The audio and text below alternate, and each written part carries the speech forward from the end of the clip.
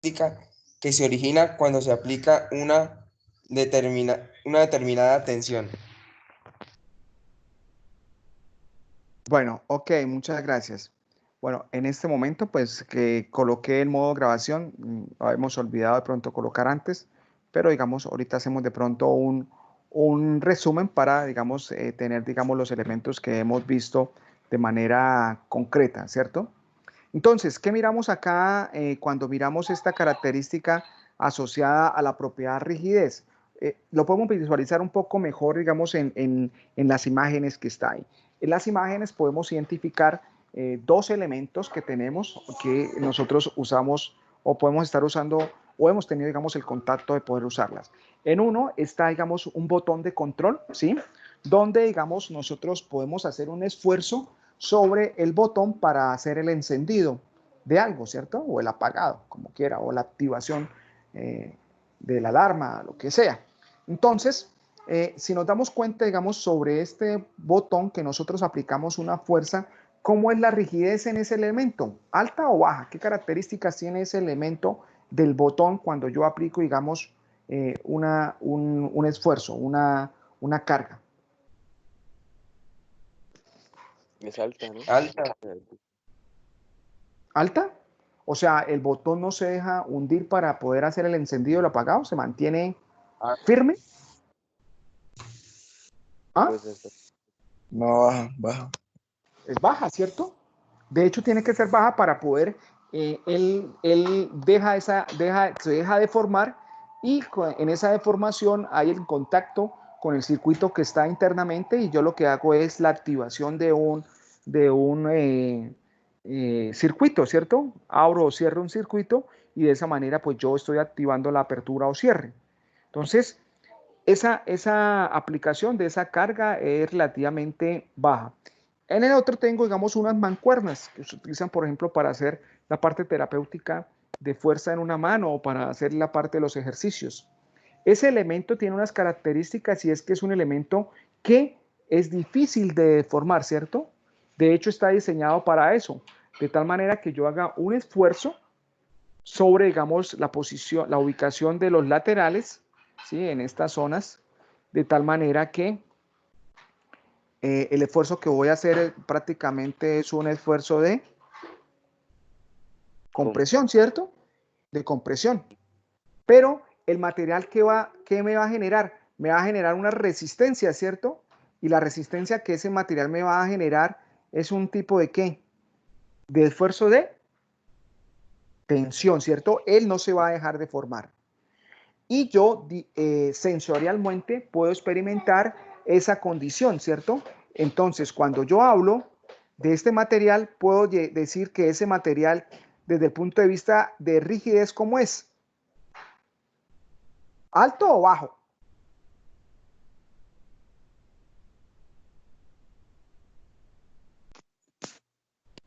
alto.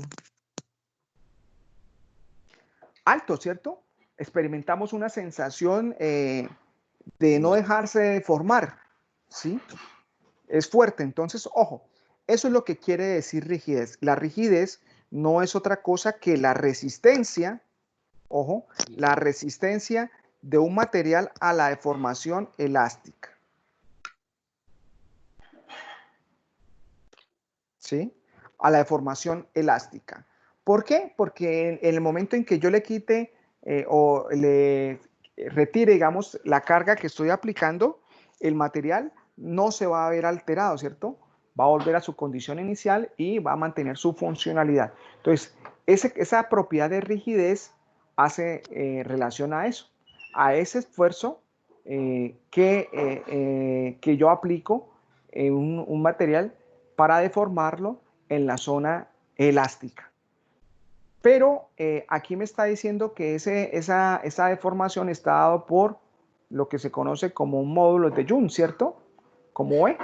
Entonces, E va a ser el módulo de Young y va a ser característico del material. Entonces, a mayor módulo de Young, ¿sí? A mayor módulo de Young, lo que voy a tener es que el material va a ser más rígido, ¿cierto? Entonces, a mayor módulo de Young, mayor rigidez.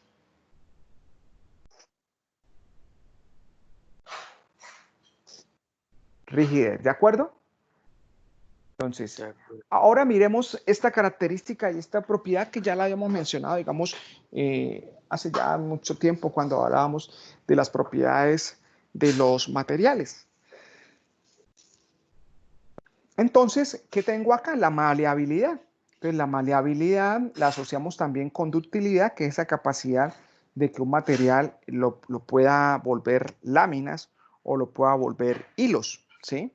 Entonces, esa condición o esa característica de maleabilidad, pues la puedo obtener en la parte de los metales y las aleaciones. Entonces, los metales y las aleaciones me van a permitir formar láminas y formar hilos. Entonces, básicamente, ¿qué es lo que yo estoy haciendo en la maleabilidad? Estoy aprovechando la zona plástica, ¿cierto? Es decir, esta zona del material. Estoy aprovechando en esta zona, perdón, en esta zona, ¿sí? Entonces, cuando yo hablo de maleabilidad, estoy mirando que yo deformo el material y lo deformo de manera permanente, haciéndolo una lámina o haciéndolo un hilo. Entonces, lo que voy a hacer es que voy a aplicar o voy a trabajar el material en esta zona, ¿sí? En esta zona plástica. Y de esa forma, pues yo aprovecho, en el caso de los metales y de las aleaciones, inclusive los polímeros, el poder elaborar láminas y que esas láminas me constituyan o me sean elementos constructivos para elaborar lo que yo quiero o yo deseo, ¿de acuerdo? Entonces, la maleabilidad de utilidad es una importante propiedad mecánica, es la medida del grado de formación plástica que puede soportarse hasta la fractura. Entonces, ¿qué es lo que voy a querer de mi lámina? Que mantenerla en esa condición plástica, ¿cierto? De tal manera que si la someto a un esfuerzo, sea capaz de resistir y, ojo, si aumento ese esfuerzo de manera considerable, pues lógicamente me voy a ir a la zona de endurecimiento, a la zona de destrucción y como tal voy a terminar en la fragilización o en la ruptura como tal. Finalmente voy a tener entonces lo que es la propiedad de la tenacidad. Entonces, la tenacidad no es otra cosa sino que o hace referencia a la capacidad que tiene mi material de absorber energía. Es decir, va a ser un material que va a tener esa condición de soportar la carga antes de irse a la fractura. Entonces, por ejemplo, miramos que una soga, ¿cierto? En la parte de una soga, ahí hay una especie de elemento. Yo en una soga pues voy a generar un esfuerzo, por ejemplo, de tensión y la voy a meter a una tensión muy alta, ¿cierto? Uno siente, digamos, la tensión de la soga, digamos, porque lo veo como un elemento bastante rígido y entonces esa soga va a ser tan tenaz en la medida que sea capaz de absorber ese esfuerzo, ¿cierto? Sin romperse y va a tener un punto de acuerdo que ya va a empezar a deteriorarse de pronto los hilos, alguna cosa, y usted dice, está a punto de romperse, pero ella no se rompe, ¿cierto? Está ahí aguantado, es decir, la tenacidad, como dicho en palabras un poco cotidianas, es como el aguante que tiene la pieza, el aguante que tiene el material antes de irse, digamos, a la fractura completamente. Entonces, uno a veces ve un material que antes de irse a esa ruptura empieza como a tener pequeñas fisuras o pequeñas grietas, o en el caso de la soga comienza a identificar que empiezan a romperse unos hilitos, ¿cierto? Y en la medida de que se sigue aplicando ese esfuerzo, pues se sigue incrementando, digamos, esa ruptura de esos hilos hasta el punto tal que se va a la ruptura, ¿cierto?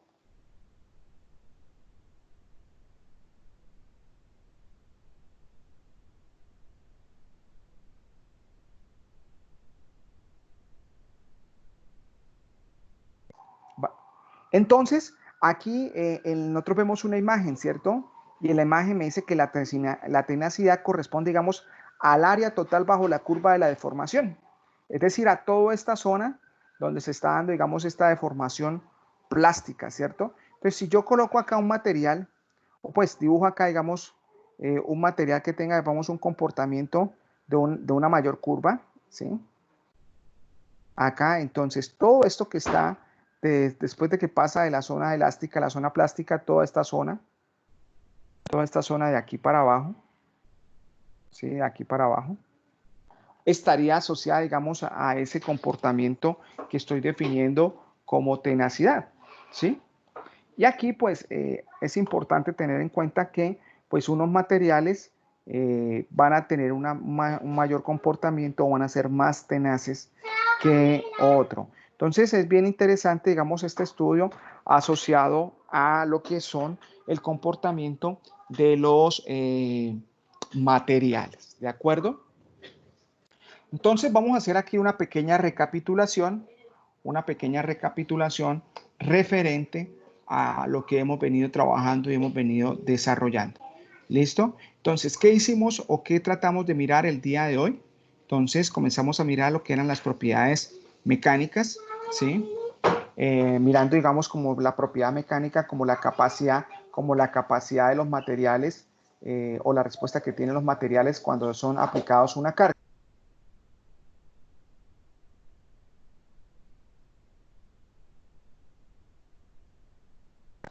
Entonces, aquí ya miramos el comportamiento de los diferentes materiales cuando son a las diferentes cargas y se pueden clasificar como elásticos, elastoplásticos y viscoelásticos, ¿sí? Y miramos los tipos de esfuerzo que tenemos: tensión, compresión, cizalla, los tipos de deformación. Es decir, el material puede ser que cuando yo le aplico una magnitud de fuerza, él no me manifieste, digamos, ningún cambio, es decir, indeformado, o empiece a tener un comportamiento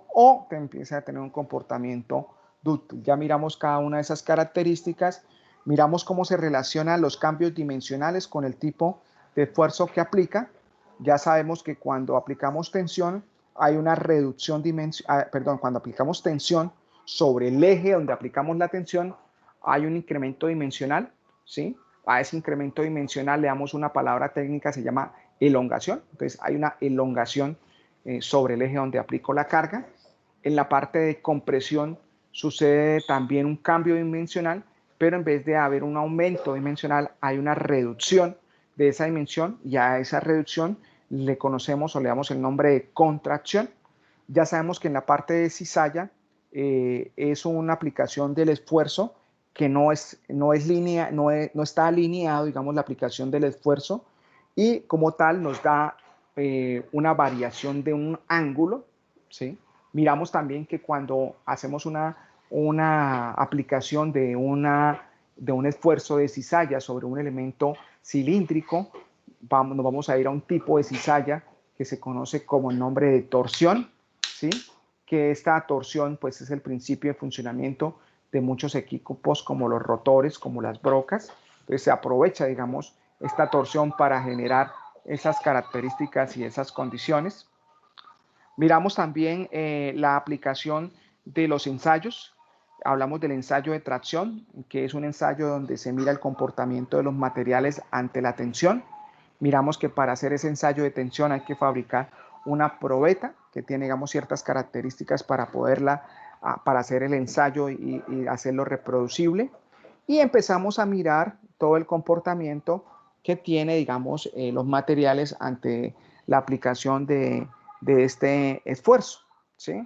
Miramos que los materiales van a experimentar una zona de deformación que es lineal, que es una zona donde en la medida que yo aplico esfuerzo pueda generar deformación, y que en esa zona donde el comportamiento es lineal voy a decir que el material tiene una respuesta elástica, dado que si yo aplico la carga, él se va a deformar, pero si quito la carga, él va a volver a su condición original de retorno. Miramos que hay una zona o un punto donde hace esa transición de elástico a plástico que se conoce como esfuerzo de fluencia, y en la zona plástica ya sabemos que en esta zona no hay retorno, es decir, generamos una elongación de características permanentes. Entonces, dependiendo de lo que estamos haciendo con el material, del proceso donde estamos haciendo, pues vamos a saber si el material perdió la funcionalidad. ¿Sí? Colocamos el ejemplo del resorte, donde digamos si lo llevo a una zona plástica, pues lógicamente el material o el resorte ya dejará de funcionar como resorte. Como resorte, ¿de acuerdo? Regálenme ahí un.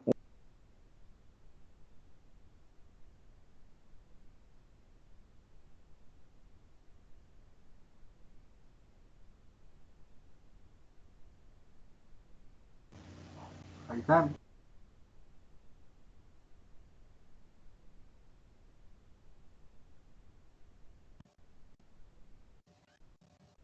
Profesor, ¿no se le escucha?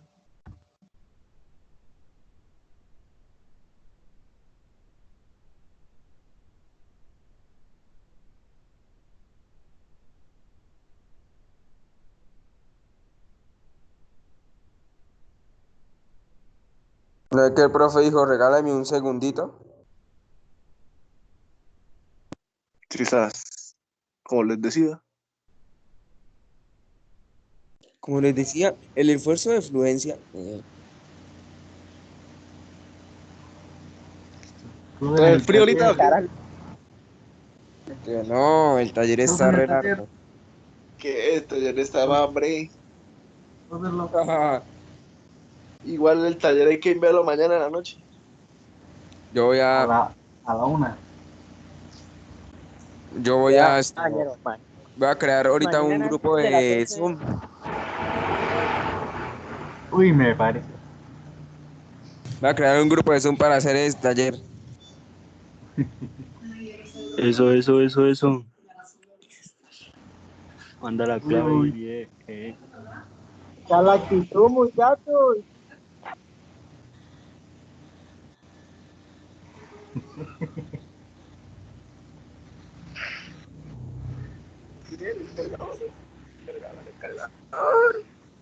Bueno, muchachos, estaban la chichiligencia.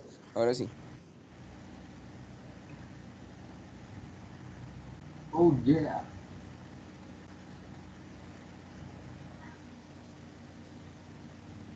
Oh, fuck.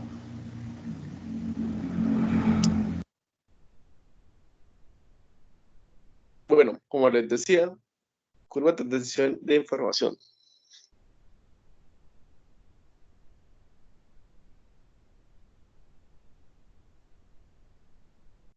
No tengo ni merca.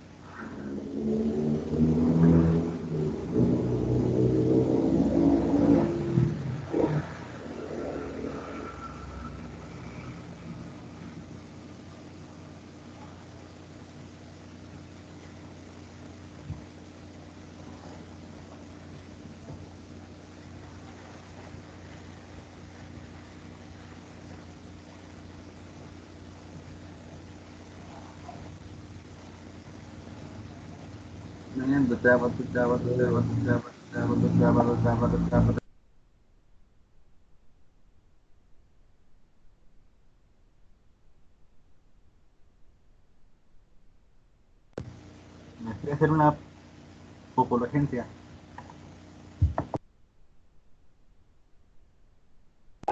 Dice que popologencia, pero era una churrilugencia. Churrias.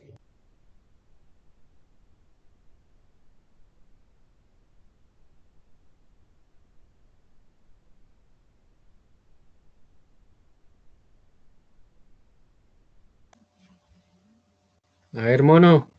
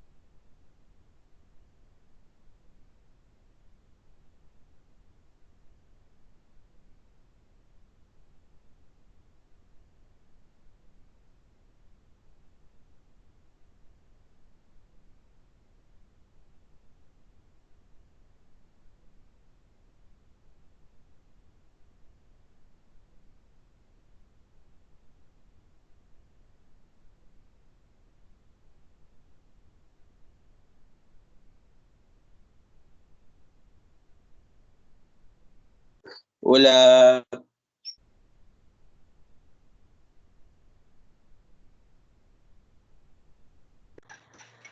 Pepe.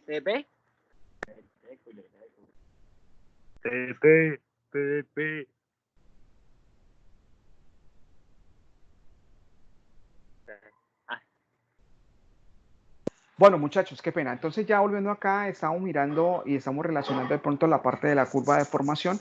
Entonces, esta sería la zona plástica y como mencionábamos, teníamos la zona de endurecimiento y la zona de estricción que va a ir a la parte de la ruptura. Entonces, esta curva de tensión de formación se vuelve muy interesante y se vuelve, digamos, un elemento de estudio bastante intenso porque muchas de las cosas del comportamiento de las características mecánicas van a estar explicadas a este comportamiento.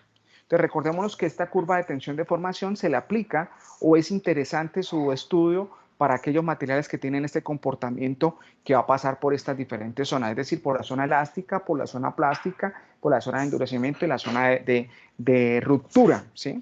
La zona de los materiales cerámicos pues no van a tener este comportamiento plástico porque prácticamente su zona de elongación o la zona elástica va a ser muy pequeñita y directamente se va a ir a la ruptura. Entonces, por eso dice o se menciona que este tipo de curvas no se aplica a los materiales que son frágiles, sino a los materiales que tienen un comportamiento dúctil. Aquí, digamos, en este link del video, pues se lo recomiendo para que lo observen. Está muy detallado, digamos, en la minucia de cómo se realizan, digamos, la construcción de esta curva. Aquí, desde el punto de vista del contenido de este curso, pues estamos enfatizando a lo que es el concepto o lo que es el fundamento como tal de esta parte mecánica. Porque una vez ustedes ya tengan, digamos, el fundamento, van a desarrollar otros cursos, ¿sí? Que tienen nombre de estática dinámica en el desarrollo de su programa, donde van a empezar a hacer toda la descripción matemática y analítica del comportamiento de las fuerzas. Entonces ahí van a deformar una fuerza en sus componentes y van a mirar como ese análisis detallado y esos cálculos asociados a la aplicación de las diferentes fuerzas en un elemento o en un equipo o en una pieza, ¿sí? Que fabrican. Entonces aquí es bien importante tener en cuenta, digamos, eso. No vamos a entrar en el desarrollo matemático porque vamos a concentrarnos en la parte de fundamentación y lógicamente ustedes van a tener ya los cursos de estática y dinámica como tal para empezar a aplicar esta serie de ejercicios. Entonces aquí miramos o asociamos, digamos, la parte de las propiedades de resistencia y miramos cómo esa capacidad que tiene, digamos, el material para resistir los esfuerzos los esfuerzos y las cargas que se aplican sin fallar, ¿cierto? Nos interesa, digamos, mirar ese comportamiento donde el material no falle. Aquí hacíamos la parte relacionada con la rigidez. A través de los ejemplos nos era muy claro que es, digamos, esa resistencia que tiene el material para resistir la deformación en la zona elástica, que es donde nos interesa. Miramos la maleabilidad, que es la zona, ahí miraríamos entonces la zona plástica, ¿cierto? Porque el hecho de convertir un material a láminas o a hilos, pues va a ser una deformación permanente, ¿cierto? Y es donde, digamos, los materiales metálicos y los polímeros, pues, los podemos aprovechar para fabricación y utilización de elementos o piezas asociados a esta característica de láminas e hilos. Y finalmente nos íbamos con el concepto de tenacidad, donde la tenacidad la asociamos, digamos, a esa condición de aguante, ¿cierto? De soportar o absorber esa energía de los esfuerzos que se aplican sobre un material determinado. Entonces, es muy importante, es muy tener claridad y tener en cuenta, digamos, todas esta serie de definiciones y conceptos y tenerlos muy bien diferenciados. Entonces, hasta aquí entraría, digamos, lo correspondiente a las características mecánicas de nuestros materiales, digamos, y hasta aquí es que cubriría, digamos, lo que va a ser nuestro examen de hoy en 8 días. Entonces hay que tener en cuenta que nuestro examen estaría cubierto por toda la descripción que hicimos de los materiales, es decir, la parte de los metales, las aleaciones, los polímeros, la cerámica, los materiales compuestos.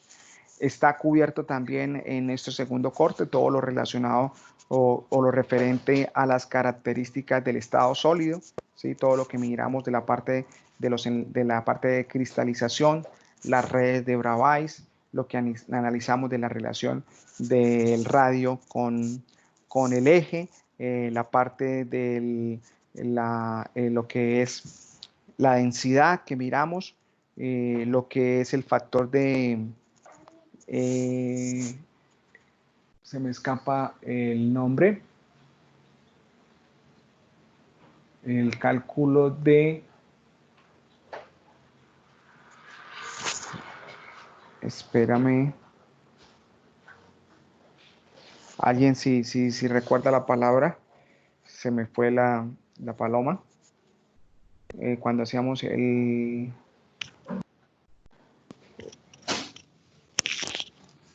factor de empaquetamiento.